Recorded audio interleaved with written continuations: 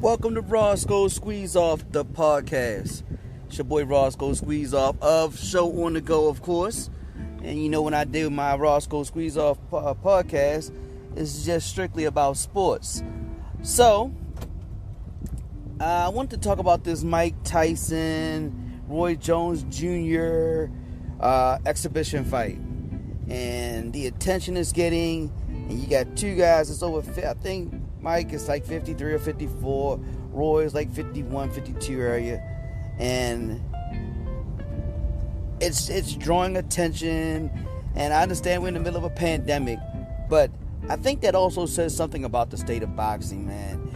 And I feel bad for boxing, you know, and what it was. Well, I don't actually feel bad for boxing. I feel bad for true fans of boxing. People like myself, people like kids who are never going to get into boxing or look at it the same, because the problem is there is no boxing now, and it's nonsense. Everybody's chasing money.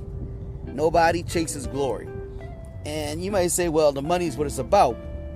But what made boxing, that made boxing the money that it makes now, was the glory. I mean, guys chase glory. Guys wanted to be the best.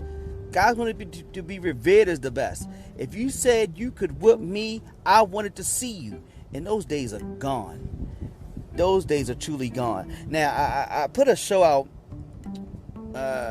or maybe I haven't, but I meant to put a show out, I guess. Let me put that out there. There's a previous podcast I did a long time ago. I think I did it there. That's what happened. But I went through what's ruining boxing. And if you don't think boxing's ruined, I think you just got to look at this Mike Tyson, Roy Jones thing, man. It's getting a lot of attention, a lot of hubbub, because people are actually wondering, could Tyson come back because he's getting in shape and beat the heavyweights of today? Let that sink in. This man is 5'10", probably 220 right now. He looks like he's gotten down in good shape. And he's 53 or 54 years old.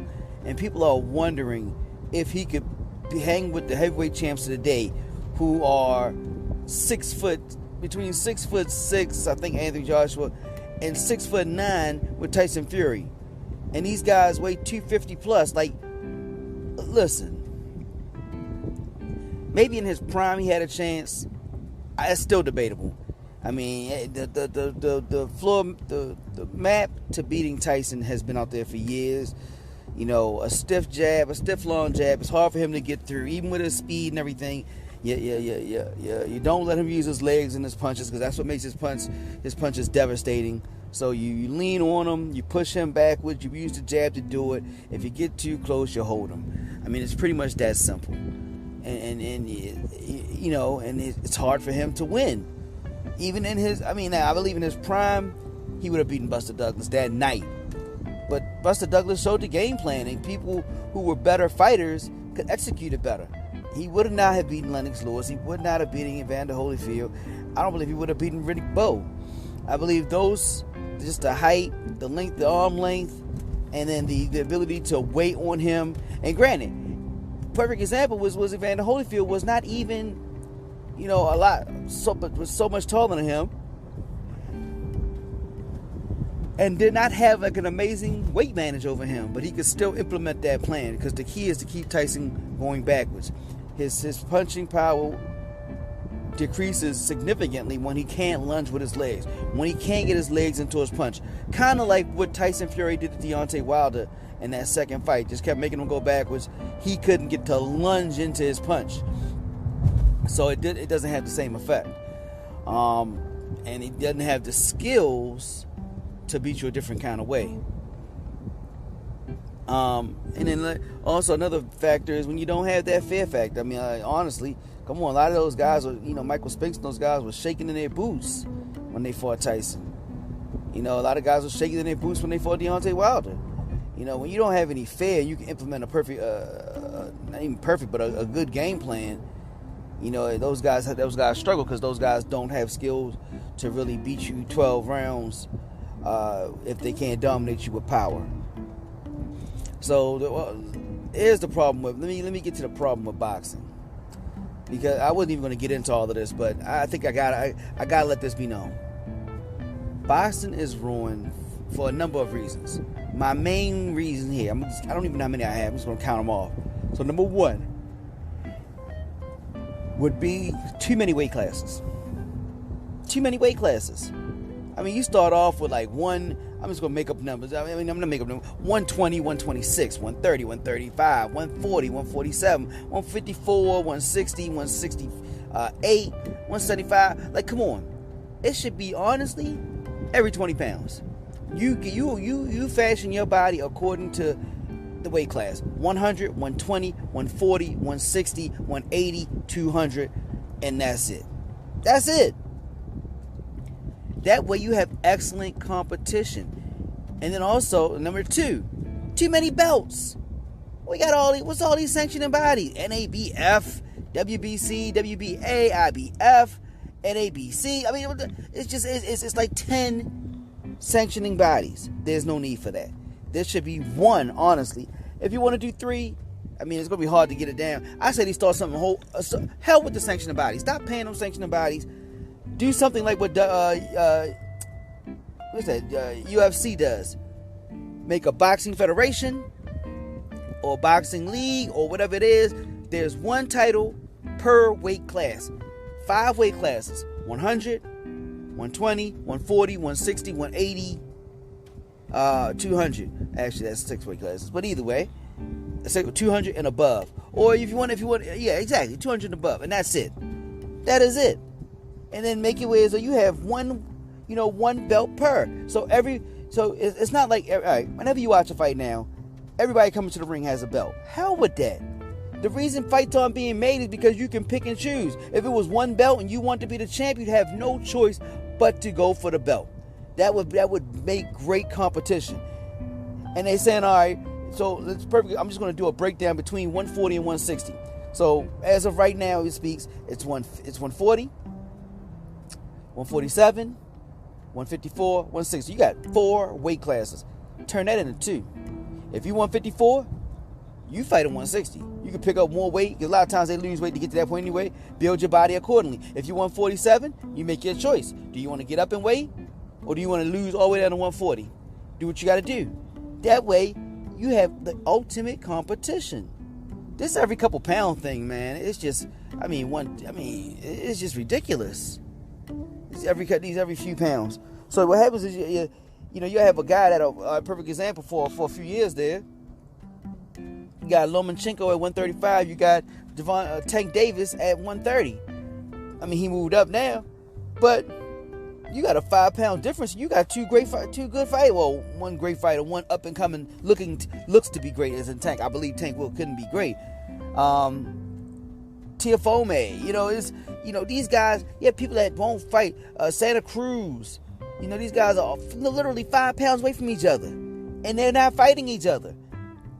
Let's nip that in the bud. Number 3 number 3 is actually a byproduct of number 1, less belts, which is a ranking system that cannot be jumped around. You know what I'm saying? If you had the 6 weight classes, and you're fighting 160, you're number 10, you don't get a chance at the title. You have to work your way to number 1 or number 2. It has to be it should be, and that's the way it should be. You shouldn't be Mayweather at the end of his career I'm going to fight Andre Berto, who lost his last 3 fights, who has lower rankings. Like, no, you're the champ. You fight the number 1 or number 2 contender at all times. Well, man, up to 3, in case guys get hurt, suspensions, anything like that. Up to 3. You fight one of the top 3 at all times. So guys will always be looking to get into the top 3. Because you want a title shot. Not this crap with 10 guys in one division and at 10 guys at 147 have a belt. And then 10 guys at 154 have a belt. What the hell? That's why you have Bud Crawford and Manny Pacquiao that won't fight. And Bud Crawford and Thurman that won't fight.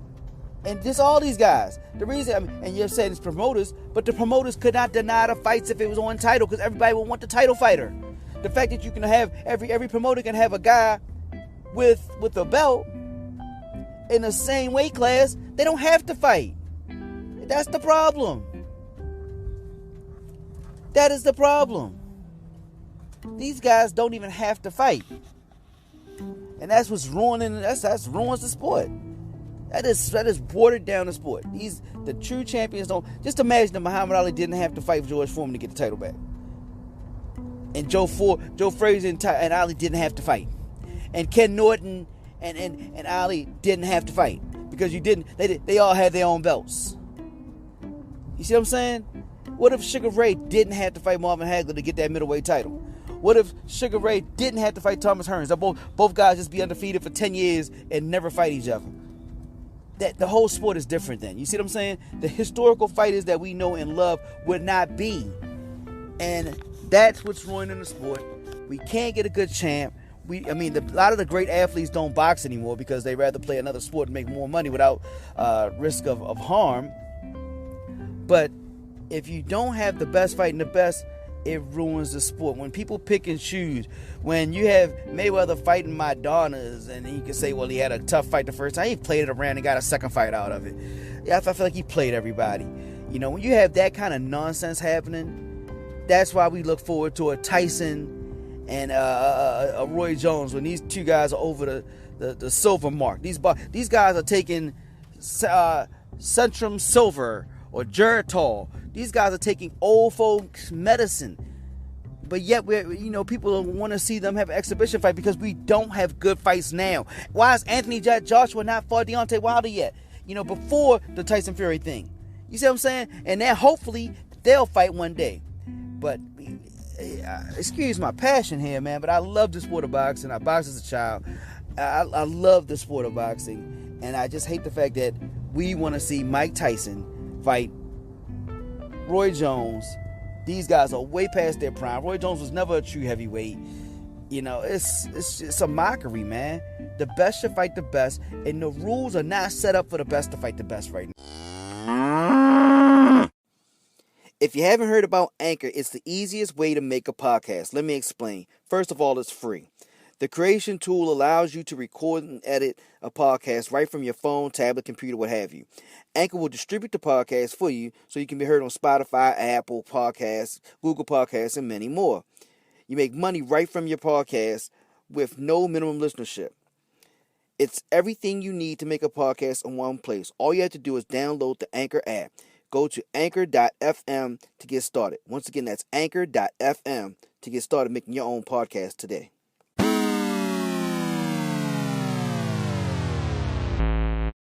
Like I said, we need to form a boxing federation, man. If I had the money, I'd do it myself, man. Form a boxing federation. Promote whoever wants to promote whatever. I don't care about the promoters. If people want to blame the promoters for it, they may have something to do because they manipulate what's available. It shouldn't be all these sanctioning bodies. One championship belt per division. Let's lessen up the divisions. That's what makes UFC pretty interesting, because you don't have a million divisions. So, guys, you get to see the best fight the best. It's not years of ducking. You see what I'm saying? It's not like I said, if Sugar Ray never fought Duran, if Duran never fought Thomas Hearns, if those guys were in their primes and they never fought each other because they all had their own belt and they couldn't come to terms on money, would they be the historical figures they are now? Will we look at them the same? That's the issue, man. I want these guys. We got a 147 pound division right now that's great. They got a lot of good fighters in there. Spence, Porter. These guys. Granted, Spence and Porter did fight, but these Thurman, Manny Pacquiao, Bud Crawford. We don't know who could be who. Everybody has their own opinion because we can't see it. It shouldn't be an opinion thing. We should see the fights. And just imagine if they fought at 140, and then so you got Braun and you got everybody that's at 140 and 147 that can fight each other. Everybody that fights at 154 and 160 can fight each other. Just picture that. Just picture a world where the best actually fought the best. How much better would that sport be? It would go back to prize fighting, where people are lined up and really wanting and clamoring to see a fight, which is what we don't have right now. And that's what makes boxing suck. And that's why we want to see two 50-plus-year-old guys fight each other. Two dudes that probably got grandchildren fight each other. Two grandpas fighting each other is what we want to see. Hey, I don't know if you guys feel the same as I do. I don't know who can make this happen. Listen, what's the guy that runs UFC? Dana White. Dana White, former a boxing federation like you did UFC. I know UFC is your passion. Form a boxing federation. Pull those fighters over. Let them fight for the one and show those guys some money, man. Make it where we don't even want to watch regular boxing because they're making a mockery of it by not fighting each other and fighting bums. Good guys that we think, Earl Spence and Bud Crawford. And the reason I keep going back to Thurman, because for a while before Thurman got injured, we thought he was the best at 147. And he was fighting some decent fights, but you couldn't get the big names in there with him. And they waste years, man. I just don't want a thing where by the time they fight each other, they're the same age as Tyson and Roy Jones Jr. They 50 years old fighting because they couldn't fight because they all had different belts, and now they're doing it to make a couple dollars. So that's just my point. That's my take on it, man. I don't know how you guys feel. Like I said, you can email me anytime at RoscoeSqueezeOff at gmail.com, and all the links are on there. Like I said, when you got the link, it has a show to go information there as well. I'm at the very bottom if you just want to do the sports. So I'll put, like I said, I'll put this on there and see what you guys think. But this Tyson and Roy Jones thing is really a mockery to me, man. It's sad. It shows you the sad state of boxing right now, that we want to see two grandpas fight each other, literally fight each other. And it's supposed to be an exhibition, but they're going to fight, so they're going to do some type of fight to make some money off of it. It's just sad, man. Sad. If we had a proper boxing system and rules in place and ranking systems and everything and weight classes, we'd have good fights. Good fights. There's a lot of decent talent out there, and these guys should be fighting each other. I understand it's a pandemic right now, but all up to this point, the whole Mayweather career. Now, granted, Mayweather fought a lot of great guys. How many people complain that he fought guys past their prime? He should have fought Sugar Shane almost 5-10 years earlier. He should have fought De La Hoya years earlier.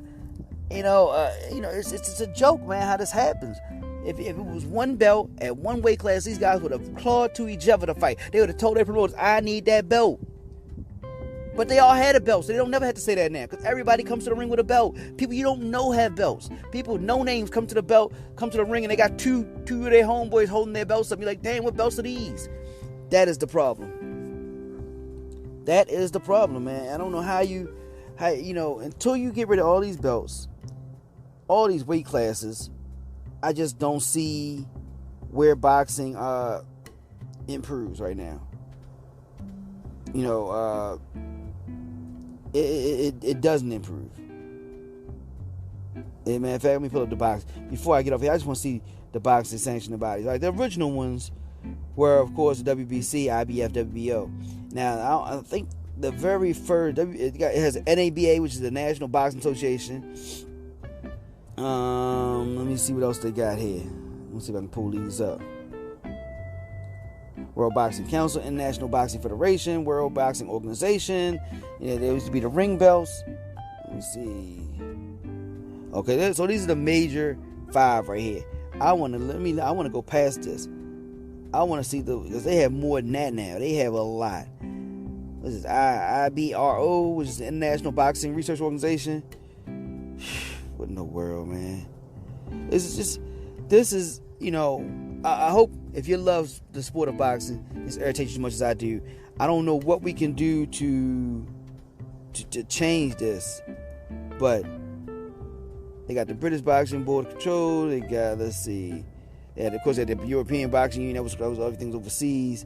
All right, so Boxing Association started in 1962. The World Boxing Council, which is WBC, started in 1963. The North American Boxing Federation, NABF, started in 1969. United States Boxing Association, USBA, started in 1979. The World Athletic Association, WA, started in 1981. International Boxing Federation, IBF, started in 1983. World Boxing Organization started in 1988. IBC, Intercontinental Boxing Council, started in 1990. International Boxing Organization, IBO, started in 1992. World Boxing Federation, they redid it again. That was WBF in 1993. World Boxing Union, International Boxing Association, and the World Boxing Commission. Unacceptable. Too many goddamn sanctioning bodies. The fact that we got like 10 sanctioning bodies and everybody comes to the ring with a belt, watered down. Not watering down, that's drowning it. And then all the weight classes, between all the weight classes and all the sanctions, even if you had the weight classes and you just had one belt, that'd still be way better. But I still think you need less weight classes. And even if you did it every 10 pounds, would be better. 100, 110, 120, 130, 140, 150, 160, 170, 180, and 200 and over. You could do it that way if you choose, if you think that's a safety thing, because that's what they always said, it was a safety thing, to make sure that everybody's in the same, general weight. It's safety. I prefer the 20 pounds apart, at least 15 pounds apart. Every 10 pounds, I guess you could do. Let me see. Let me pull up the weight classes right now, because the weight divisions. It's a ton of those too. I want to have the exact ones. Let's see. You got 105, 108, so 3 pounds apart. 112, 115, and so you got. In fact, let me call them out to you what they are too. Minimum weight 105, light flyweight 108, flyweight 112, super flyweight 115, bantamweight 118. Super bantamweight 122, featherweight 126, super featherweight 130, lightweight 135, super lightweight 140, welterweight 147, super welterweight 154, middleweight 160, super middleweight 168, lightweight 175, cruiserweight 200 pound, heavyweight unlimited. It's too many damn weight classes, and especially when down 105 to 108. Come on now, if you weigh 105, you can't fight the dude at 108. If you weigh 108, you can't fight the dude at 112. Come on, man. Let's make boxing great again, for the heck of a better word. Let's get boxing great again, man. So if you can get the weight classes right, the championships, the one title, and if you had multiple titles, I prefer one. If you had 2 or 3, and you had 6 weight classes or 7, every 15, like I said, 100, 115, 130, 145, 160, 175, 190, and then 200 and above. You know what I'm saying? Like, yeah, that would even be better if you had that. But to make it the ultimate, one belt per weight class, less weight classes. The competition would be amazing. It would go so much further, man. So that's just my point of view. I don't mean to keep rambling on. This Tyson and Roy Jones thing is crap, and I just want everybody to see it for what it is, man. We're talking about and it's nostalgic. Yes, I'm an 80s baby. So, yeah, I love Tyson growing up. Tyson, at the end of the day, is a great fighter. I think he'd beat a lot of the great champions of our time. Possibly in his prime. But how many Hall of Famers did he beat in their prime? I don't think he beat any. He beat Larry Holmes when he was washed up. He beat Michael Spinks, Michael Spinks was really a lightweight. A cruiserweight. Besides that, who'd he beat? Now, he was intimidating, he was imposing, but he beat it. It was a dead era right there, a little bit, honestly. And maybe he made it dead. Hey, I still love the man what he did. Roy Jones was a monster. In his prime, one of the best to ever done it. Did too much crap, as far as singing before he came out, playing basketball games, want to fight 2 fights in one day. I don't think he ever did that. But if he took his surge and stopped jumping up and down, just dominated his division for years, I would have preferred that better. But still, one of the all-time best. He's a top 10 talent of all time, what he could do, and especially in his prime. He was a top 10 talent of all time. But to take nothing away from these guys, there are 2 grandpas that are about to fight, and that just shows you the state of boxing. So this is all about Mike Tyson, Roy Jones Jr., and the state of boxing that we're clamoring for 2 granddads to fight. 2 grandpapas to fight. All right, once again, your boy Roscoe Squeeze Off. Until next time, the Roscoe Squeeze Off podcast, always about sports, world's foremost authority in all things that matter. Till next time, peace.